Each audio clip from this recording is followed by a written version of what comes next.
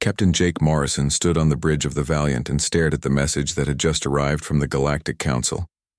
His hands gripped the edge of the command console as he read the words again, hoping he had misunderstood something.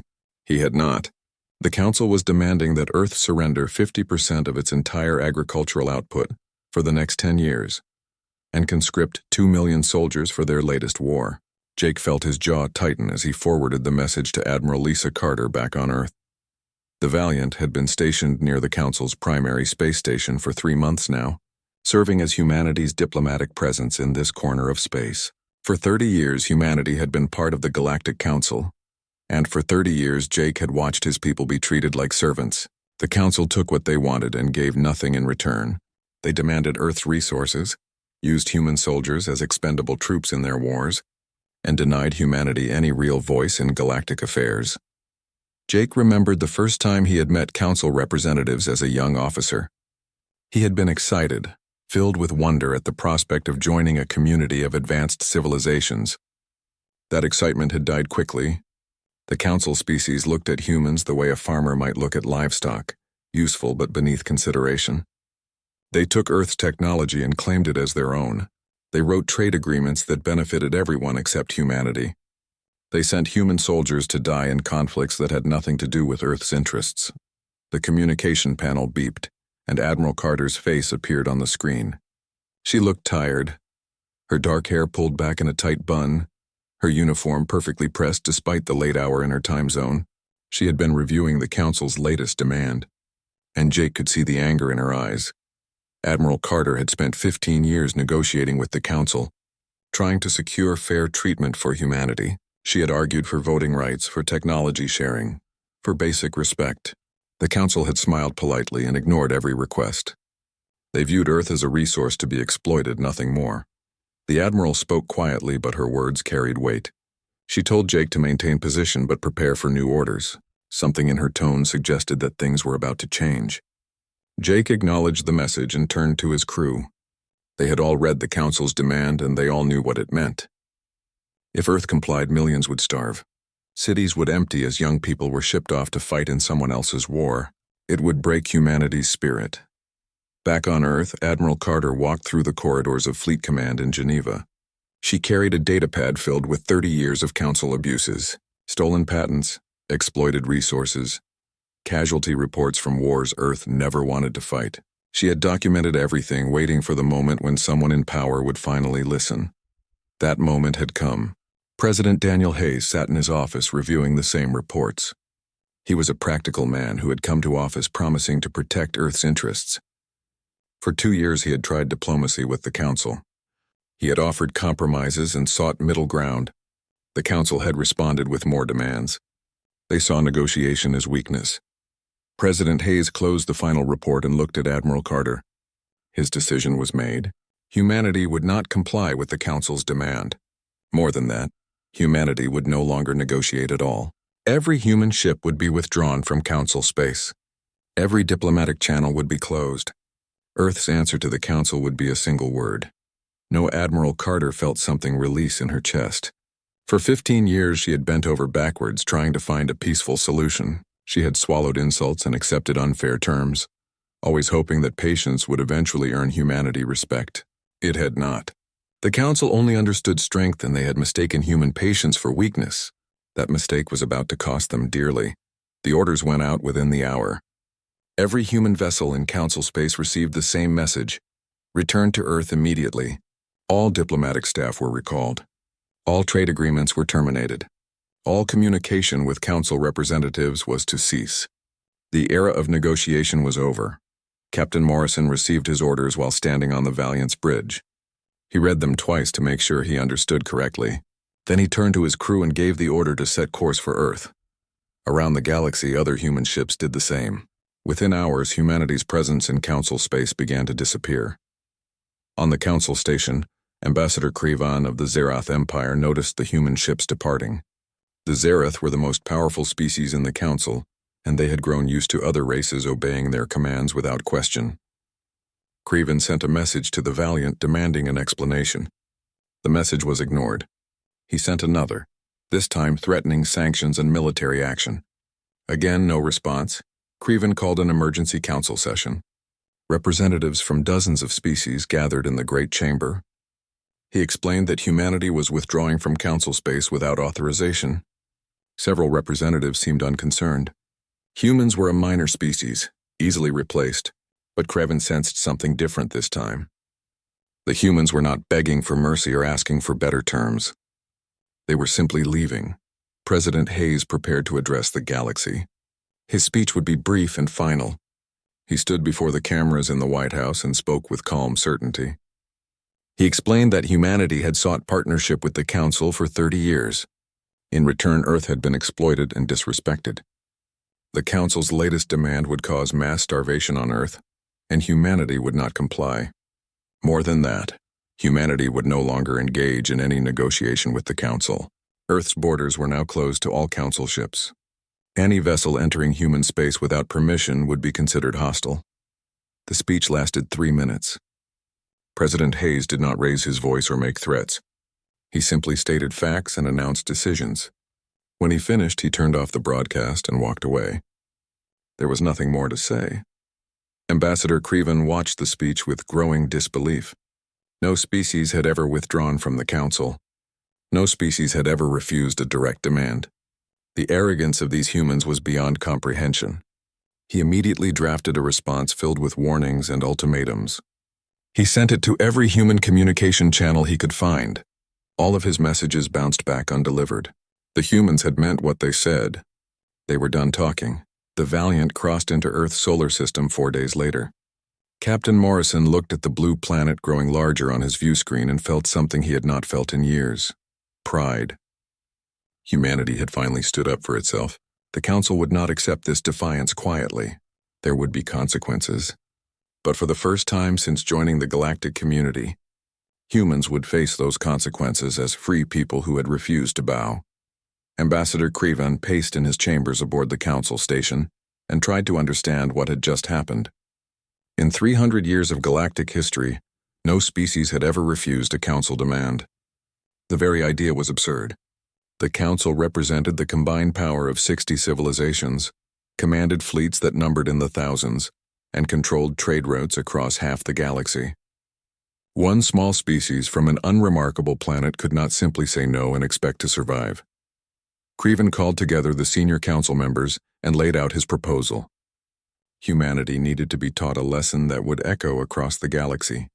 If other species saw that defiance was possible, the entire council structure would collapse. He suggested sending a punitive fleet to Earth, not to conquer but to intimidate. A show of overwhelming force would bring the humans back to negotiations on their knees. The council voted and approved Creven's plan with little debate. Most representatives viewed it as a minor police action. The Zerath Empire would provide the bulk of the fleet since they had the most ships available. Admiral Vorek, a decorated Zerath commander with victories in a dozen campaigns, volunteered to lead the mission. He saw it as easy duty, a chance to add another achievement to his record without any real risk. Admiral Vorek assembled 300 warships at the edge of Council space. He chose his most impressive vessels, massive cruisers and battleships that would fill human sensors with overwhelming images of power. His strategy was simple: arrive in Earth's solar system, demonstrate superior force, and wait for humanity to surrender. He expected the entire operation to take less than a week. The fleet departed with great ceremony. Creven watched the ships jump to faster-than-light travel and felt satisfied. In a few days, the humans would remember their place and the galaxy would return to normal. He was already planning the terms of Earth's new submission. The penalties would be severe enough to discourage future defiance, but not so harsh as to destroy a useful resource. Meanwhile, on Earth, Admiral Carter stood in a command center deep beneath the lunar surface. Commander Ryan Blake sat at the central console coordinating defensive preparations. For 30 years, humanity had been building weapons and defenses that the Council knew nothing about. Every time the Council had demanded human technology, Earth had complied but never revealed everything. Every trade agreement had been carefully managed to hide humanity's true capabilities. Commander Blake pulled up a tactical display showing the solar system. Red dots marked the positions of 300 automated defense platforms hidden in asteroid fields and orbital debris. Green dots showed 50 human warships positioned at strategic points. Blue lines indicated the network of sensors and communication relays that covered every approach to Earth. This was Project Horizon, a defensive system 30 years in the making. Admiral Carter had overseen much of Project Horizon's development. She had argued with politicians who thought it was a waste of resources and convinced military leaders to maintain secrecy even from their own allies. Every human ship returning from Council space had brought back intelligence about Council tactics and weapons. Every conflict the Council forced humanity to fight in had been a learning opportunity. Humans had watched, studied, and adapted. Captain Morrison brought the Valiant to dock at Luna Base and immediately reported to the command center. Admiral Carter briefed him on the coming battle. The Council fleet would arrive within 48 hours. Human forces would not attempt to match the Council's numbers. Instead, they would use speed, deception, and weapons the Council had never encountered. Captain Helen Grant commanded a squadron of stealth destroyers, small fast ships that could hide from most sensors. She had trained her crews for 5 years in hit-and-run tactics. Lieutenant Commander Paul Henderson led a Marine unit specialized in boarding actions. Major Chris Taylor commanded fighter squadrons equipped with missiles that could bypass energy shields. Each unit had a specific role in the defensive plan. Admiral Vorek's fleet dropped out of faster-than-light travel at the edge of Earth's solar system, exactly when Admiral Carter's analysts had predicted. Vorek immediately broadcast a message demanding humanity's surrender. He gave Earth 24 hours to respond or face military action. His tone was arrogant and dismissive. He genuinely believed the humans would give up without a fight. The human response was silence. No messages, no broadcasts, no diplomatic channels opened. Admiral Vorek interpreted this as shock and fear. He ordered his fleet to advance toward Earth at a leisurely pace, giving the humans time to appreciate the size of the force arrayed against them. His ships moved in a standard Council formation, large vessels in the center with smaller ships screening the flanks. Commander Blake watched the Council fleet advance and waited for them to reach the first trigger point. The automated defense platforms had been positioned along the most likely approach route. Each platform was small and cold, hidden among asteroids and space debris. Council sensors would not detect them until it was too late. The Council fleet crossed the trigger line. Commander Blake activated the first wave of platforms. 200 automated stations came online simultaneously and launched missiles at the Council formation. The missiles were not sophisticated, but they were fast and came from unexpected directions. Admiral Vorek's ships scrambled to respond, but their formation had been designed for show rather than combat efficiency. Captain Grant's stealth destroyers appeared, behind the Council fleet like ghosts materializing from darkness. Her ships fired electromagnetic pulse weapons that had been developed from captured Council technology and improved with human innovation. 3 Council cruisers lost power and began drifting. 2 destroyers collided, trying to evade missile strikes they had not seen coming. Admiral Vorek realized with growing horror that he had walked into a trap. The humans were not cowering in fear. They were hunting his ships with precision and coordination that should not have been possible for such a primitive species.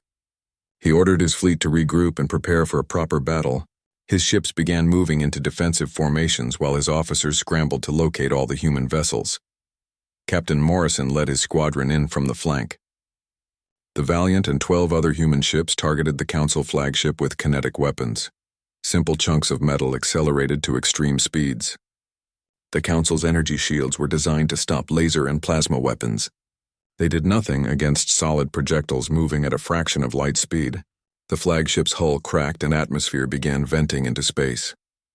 Commander Blake triggered the second wave of platforms. This time they fired focused electromagnetic pulses that disabled entire wings of Council fighters. Major Taylor's squadron swept through the confused enemy formation, their missiles targeting command ships and sensor arrays. Every strike was calculated to maximize disruption rather than simple destruction. The battle lasted 6 hours. Admiral Vorek tried everything he knew, but the humans countered each tactic. They used the terrain of their own solar system against him, hiding behind planets and moons, using gravity wells to slingshot missiles at impossible angles. His ships were bigger and more numerous, but the humans were faster and knew the battlefield intimately. When it was over, 227 Council ships were destroyed or disabled. 73 managed to escape back to Council space. Admiral Vorek's flagship was boarded by Henderson's Marines. The admiral himself was taken prisoner along with most of his senior officers. The punitive fleet had been annihilated. News of the defeat spread across the galaxy within hours. Species that had suffered under Council rule began whispering about possibilities they had never dared consider before. The Council's military superiority had been challenged and found wanting. Ambassador Creven sat in his chambers and stared at casualty reports he could not believe. The simple police action had become a disaster that threatened the Council's very existence. The news of Admiral Vorek's defeat reached every corner of the galaxy within a day. Species that had been part of the Council for centuries watched the reports with disbelief. A single human victory should not have been possible against 300 warships. Yet the evidence was undeniable. Wreckage from Council vessels drifted in Earth's solar system, and Admiral Vorek himself sat in a human detention cell. Ambassador Creven stood before the full Council assembly and faced questions he could not answer. How had humanity hidden such advanced weapons? Why had Council intelligence failed to detect Earth's military buildup? What did this defeat mean for Council authority? Creven had no good answers. He could only demand that the Council authorize a full invasion of Earth with overwhelming force. The Zerath Empire's high command calculated what such an invasion would cost. They would need at least 2,000 warships and 500,000 ground troops. The economic burden would be staggering. Supply lines would stretch across dozens of systems, and there was no guarantee of victory. If the humans could destroy 300 ships, what might they do against 2,000? Other Council species began asking uncomfortable questions. The Velan Collective pointed out that trade routes were already suffering from humanity's withdrawal. Human ships had carried goods between systems that now had no reliable transport. The Corian Federation quietly noted that Earth had been paying more in tribute than it received in benefits. Several minor species wondered aloud whether the Council's demands had been fair. Captain Jake Morrison gave his report to Admiral Carter and President Hayes. He described every moment of the battle, every tactic that had worked, and every weakness the Council fleet had shown. The enemy had been overconfident and inflexible. Their formations were designed for intimidation rather than combat. Their ships were powerful, but their commanders lacked creativity. Admiral Carter reviewed casualty reports from the human side. 12 ships had been damaged and 347 personnel had died. The cost was painful but far less than anyone had feared. Commander Ryan Blake's defensive network had performed beyond expectations. Captain Helen Grant's stealth squadrons had been devastatingly effective. Major Chris Taylor's fighters had proved that smaller vessels with good tactics could defeat larger ships. President Hayes prepared another address to the galaxy. This time his message was longer and more detailed. He explained that humanity had not sought conflict but would not accept subjugation. Earth had spent 30 years trying to be a good Council member. The Council had responded with exploitation and disrespect. Now humanity would chart its own course. Any species that wished to trade fairly and treat Earth as an equal was welcome. Any species that came with threats would face the same response the Council had received. The broadcast reached billions of beings across hundreds of worlds. Many dismissed it as empty boasting from a species that had won a single lucky battle, but others listened carefully. They heard a species willing to fight for its dignity. They saw an opportunity to escape from under the Council's control. Lieutenant Sophie Martinez commanded a destroyer patrolling the outer solar system when she detected a small ship approaching. The vessel broadcast a message in broken human language. It was from the Corian Federation, a species humanity had fought alongside in one of the Council's wars. The Corians asked permission to speak with Earth's leaders about matters of mutual interest. Admiral Carter authorized the meeting, and the Corian ship docked at Luna Base. Ambassador Julie Sanders, one of Earth's few remaining diplomats, met with the Corian representatives.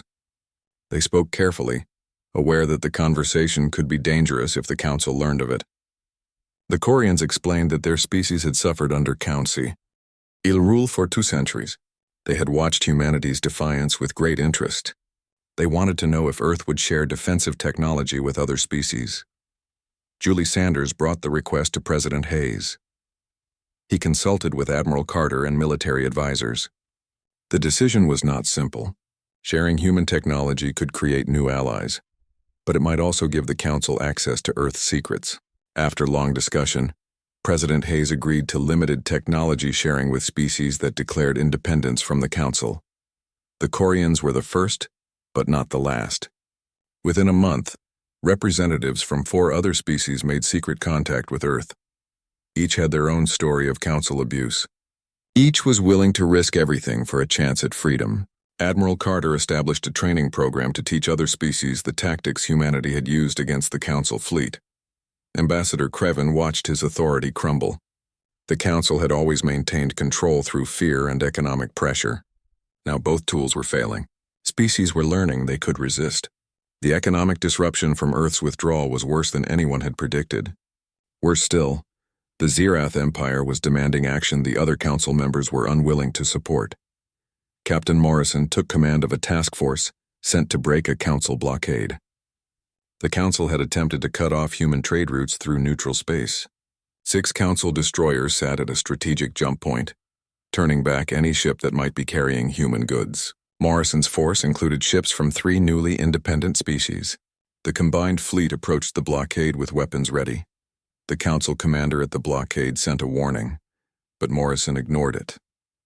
The blockade ships opened fire and Morrison's fleet responded with overwhelming force. The battle lasted 20 minutes. 4 Council ships were destroyed and 2 surrendered. Morrison accepted their surrender and sent the surviving crews home with a message. Earth would not be isolated, and any attempt to enforce a blockade would meet the same fate. Colonel Amy Peterson supervised the construction of new defense platforms throughout the solar system. Every major moon, asteroid, and orbital path now held weapons that could be activated at a moment's notice. Earth would never again be vulnerable to surprise attack. The Council had taught humanity a valuable lesson about the importance of strength. Back on the Council station, internal divisions grew deeper. The Xerath Empire demanded total war against humanity. The Velan Collective argued that war would bankrupt them all. The Qualan hierarchy, one of the founding Council races, suggested that perhaps the Council's policies needed reform. Craven tried to hold the alliance together but could feel it fracturing. President Hayes received reports that 12 species had now withdrawn from Council authority. Each had followed humanity's example, simply refusing to comply with Council demands. Some had faced military threats, but none had been attacked. The Council's resources were stretched too thin. They could not fight wars on a dozen fronts simultaneously.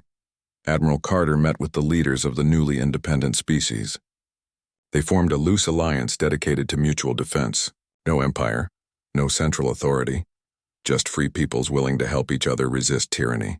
It was a radical idea in a galaxy that had known nothing but hierarchy for thousands of years. Captain Morrison stood on the bridge of the Valiant and looked at the tactical display. Human ships now traveled freely through space that the Council had once controlled. Trade was actually increasing as species discovered they could negotiate directly without Council interference. The galaxy was changing in ways no one could have predicted 3 months ago. Ambassador Creven sat alone in his quarters and realized his career was over. The Council he had served faithfully for decades was dying, species were leaving, trade was collapsing, and military defeats were piling up. He had pushed humanity too far, and humanity had pushed back harder than anyone thought possible. The old order was finished, and he had no idea what would replace it. On Earth, people celebrated their victory, but Admiral Carter remained cautious. The Council still had thousands of ships and vast resources. They would not give up easily. More battles were coming and humanity needed to be ready. But for the first time in 30 years, Earth faced the future as a free world that answered to no one but itself. 3 months after the battle, the galaxy looked completely different from what it had been. 20 species had now withdrawn from Council authority and more were considering it. The economic system that had enriched Council members for centuries was collapsing. Trade routes that had always flowed through Council-controlled space were being rerouted. Species were discovering they could trade directly with each other without paying Council fees or following Council regulations. Admiral Lisa Carter traveled to the Corian homeworld aboard a IO, heavily armed diplomatic vessel. The Corians had been the first species to openly ally with humanity, and now they wanted to formalize that alliance. Captain Jake Morrison commanded the escort fleet, 12 human ships that demonstrated Earth's commitment to protecting its new friends. The journey through space that had once been firmly under Council control felt strange. No one challenged their passage. No one demanded explanations or permits. The Corian capital city was beautiful in ways that reminded Carter of Earth. Green spaces mixed with tall buildings, and the people moved with purpose and energy that came from newfound freedom. Corian leader Ven greeted Carter with genuine warmth. She had led her people's withdrawal from the council despite death threats from Ambassador Creven. Now she wanted to create something lasting, an alliance based on mutual respect rather than fear. Carter and Ven spent 2 days negotiating the terms of their alliance. Unlike council agreements that had always favored the powerful, this treaty gave equal rights to both species. They would share technology, defend each other's borders, and make decisions together. Ambassador Julie Sanders helped draft the language and marveled at how simple negotiations could be when both sides actually wanted fairness. While Carter negotiated, Commander Ryan Blake met with Corian military leaders. They wanted to learn human defensive tactics and offered to share their own expertise in energy weapons. Blake found the Corians to be quick learners who asked intelligent questions. They had spent 2 centuries as council subjects but retained their warrior traditions. Given proper weapons and training, they would be formidable allies. Back on Earth, President Daniel Hayes addressed growing concerns from some citizens. Many people worried that making alliances would drag humanity into new conflicts. Hayes explained that isolation was not safety. The council would never forgive Earth's defiance. Better to have friends who could help in the fights ahead. The alternative was facing council wrath alone. On the council station, the situation grew more desperate. Ambassador Creven had been stripped of most of his authority after the military disaster. The Zerath Empire blamed him for the failed punitive fleet. Other species blamed him for not preventing the exodus of members. He had become a convenient scapegoat, while the real problems went unaddressed. The Valen Collective sent secret messengers to Earth. As the galaxy's most successful merchants, they understood better than anyone how badly the Council's collapse would hurt trade. They proposed a compromise. Earth could have independence and fair treatment if humanity would help stabilize galactic commerce. President Hayes rejected the offer. The Council had no authority to grant Earth what humanity had already taken. If the Velan wanted to trade, they could do so as equals or not at all. Captain Helen Grant led a mission to protect a convoy of ships from 4 different species. The Council had sent raiders to attack vessels trading with the independent worlds. Grant's stealth destroyers caught the raiders by surprise and destroyed 3 of their ships. The 4th escaped to report that even Council military actions were failing. The raiders had expected easy targets but found themselves outmatched. Major Chris Taylor trained fighter pilots from 6 different species at a facility on Mars. Each species had different strengths and weaknesses. The insectoid Thran had incredible reflexes but poor long-range vision. The massive Hurlon were physically strong but slow in their movements. Taylor developed training programs that played to each species' advantages. He taught them to work together, covering each other's weaknesses. Admiral Carter returned from Corian space with a signed treaty and immediately traveled to meet with representatives from 3 more species. The alliance was growing faster than anyone had expected. Each new member brought resources and capabilities that strengthened the whole group. The Thran had advanced sensor technology. The Hurlon produced incredible amounts of food. The Palan possessed medical knowledge far beyond human understanding. Lieutenant Commander Paul Henderson took a team to investigate reports of a council attack on a mining colony. They arrived to find the colony destroyed and 300 civilians dead. The attack had been vicious and unnecessary. The miners had been neutral, not even aligned with the independence movement. Henderson sent detailed reports back to Earth along with recordings that showed council ships firing on unarmed facilities. President Hayes broadcast the recordings across the galaxy. He let the evidence speak for itself. The council that claimed to represent civilization and order was murdering civilians to maintain its crumbling power. The broadcast had exactly the effect Hayes intended. 5 more species withdrew from the council within a week. Public opinion across the galaxy turned sharply against the council leadership. The Qualan hierarchy, one of the founding council races, sent an unofficial delegation to Earth. They came in secret, afraid of how the Zerath Empire would react. The Qualan diplomats admitted that the council had become corrupt and tyrannical. They wanted to know if there was a way to reform the institution rather than destroy it. Admiral Carter told them honestly that reform was not humanity's concern. Earth would build something new with species that wanted freedom. The old council could evolve or die based on its own choices. Commander Blake detected a massive council fleet gathering near Zerath territory. Intelligence suggested they were preparing for one final assault on Earth. This fleet was larger than anything humanity had faced before. Nearly 1,000 ships, including the Zerath Empire's elite forces. President Hayes ordered full mobilization. Every human ship was recalled. Every defense platform was activated. Earth's allies were asked to send whatever help they could. Captain Morrison took command of the defense coordination. He had 50 human capital ships, 100 destroyers and frigates, and 200 fighters. The Corians sent 30 ships. The Thran sent 50. Other allies contributed smaller forces. The combined fleet numbered less than 400 vessels against 1,000 council ships. The numbers were not encouraging, but Morrison had advantages the council did not. He knew his territory perfectly. His people were fighting for their homes, and the enemy was overconfident despite their earlier defeat. The council fleet arrived at the edge of the solar system with great ceremony.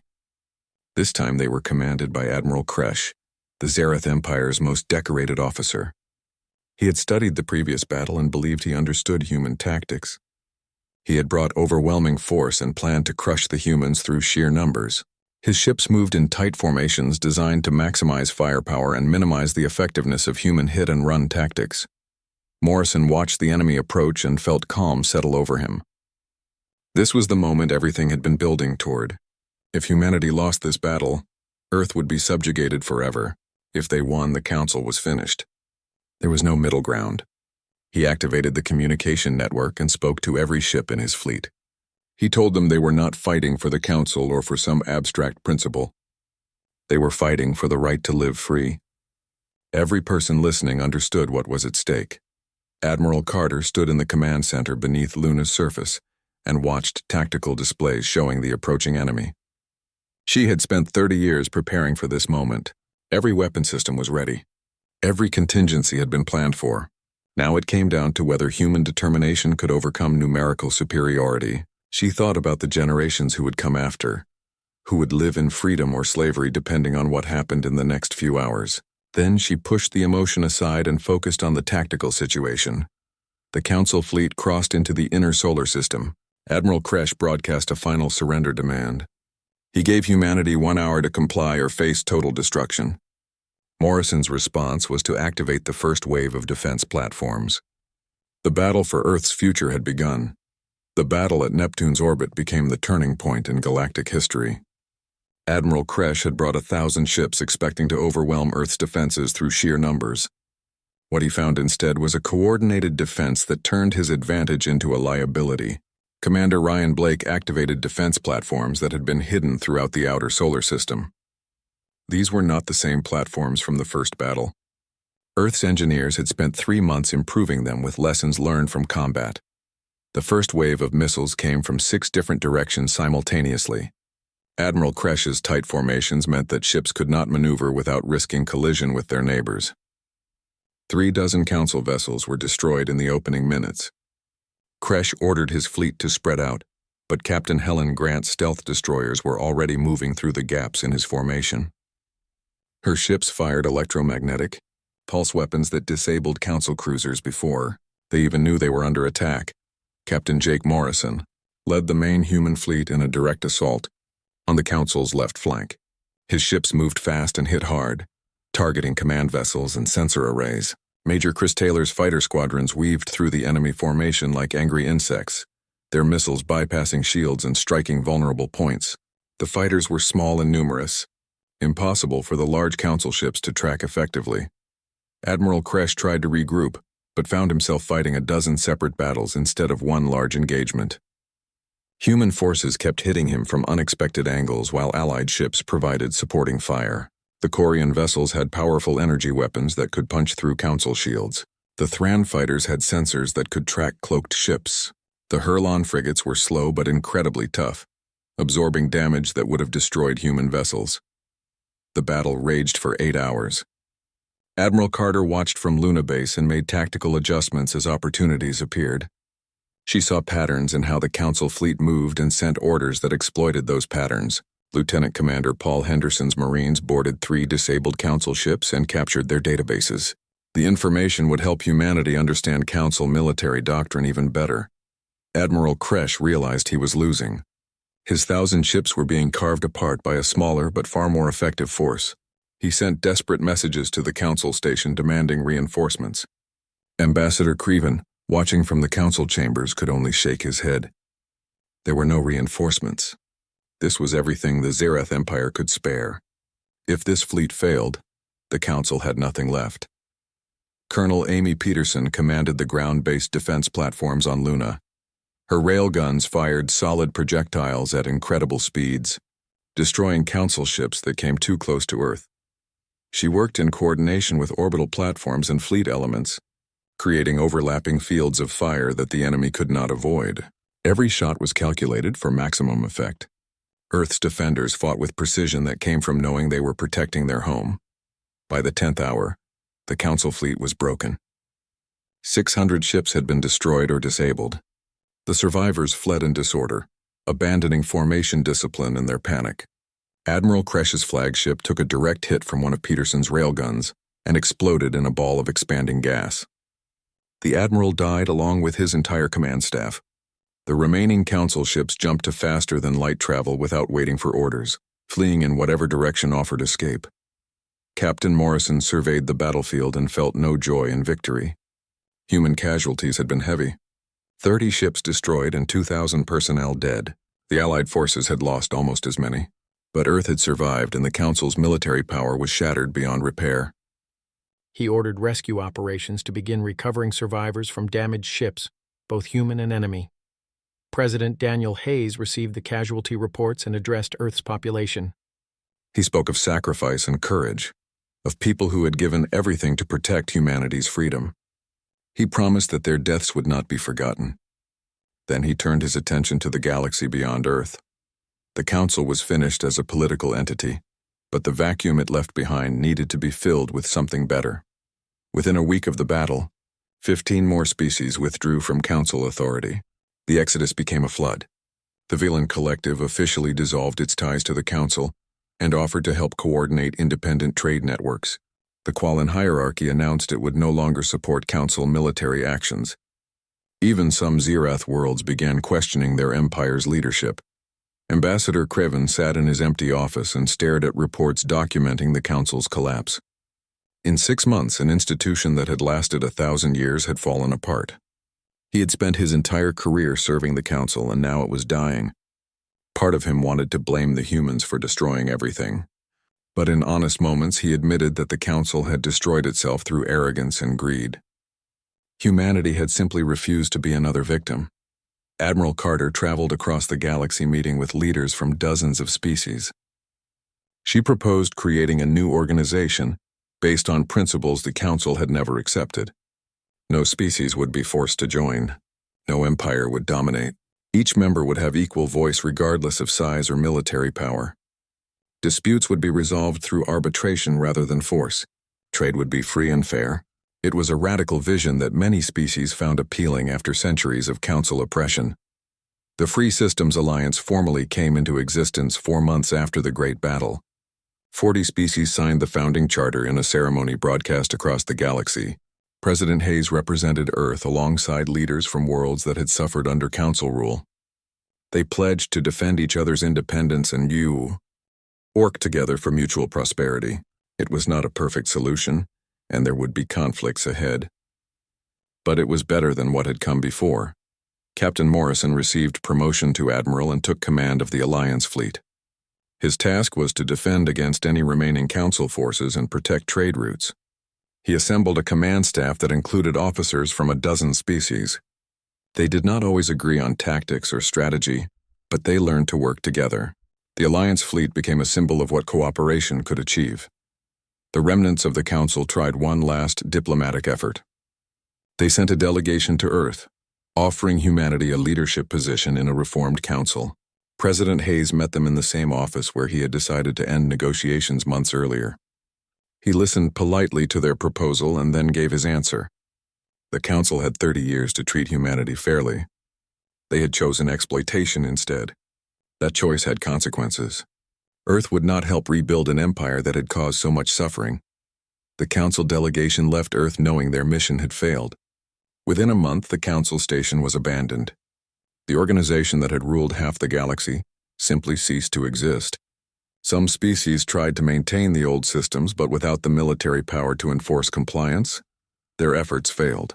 The Age of Empires was ending. Admiral Jake Morrison stood on the bridge of the Freedom flagship of the Alliance fleet. He looked at the tactical display showing hundreds of ships from dozens of species, all working together to patrol a galaxy that was slowly learning to live without tyrants. It had started with a simple decision to say no to an unreasonable demand. That decision had cost thousands of lives and changed the course of history. Commander Blake finished installing the last automated defense platform at the edge of human space. Earth was now protected by a network that would make any future attack incredibly costly. But Blake hoped that such defenses would never be needed again. The galaxy was changing. Species were learning that cooperation was more profitable than conquest. Ambassador Julie Sanders opened the first Alliance Trade Conference. Representatives from 60 species gathered to discuss commerce, mutual aid, and cultural exchange. There were arguments and disagreements, but no threats of military action. Problems were solved through negotiation and compromise. It was messy and slow, but infinitely better than the Council's method of imposing solutions through force. President Hayes stood before the United Earth Assembly and reflected on what humanity had achieved. Earth had refused to bow, and in doing so had freed not just itself but countless others. The price had been high, but the result was a galaxy where freedom meant something real. Future generations would face new challenges, but they would face them as free people who owed no allegiance to distant empires. The galaxy had pushed humanity too far. Humanity had pushed back, and in that moment of defiance, something new and better had been born. The age of the Galactic Council was over. The age of free peoples had begun, and at the heart of this new order stood Earth, not as a conqueror or ruler, but as proof that dignity and freedom were worth any cost.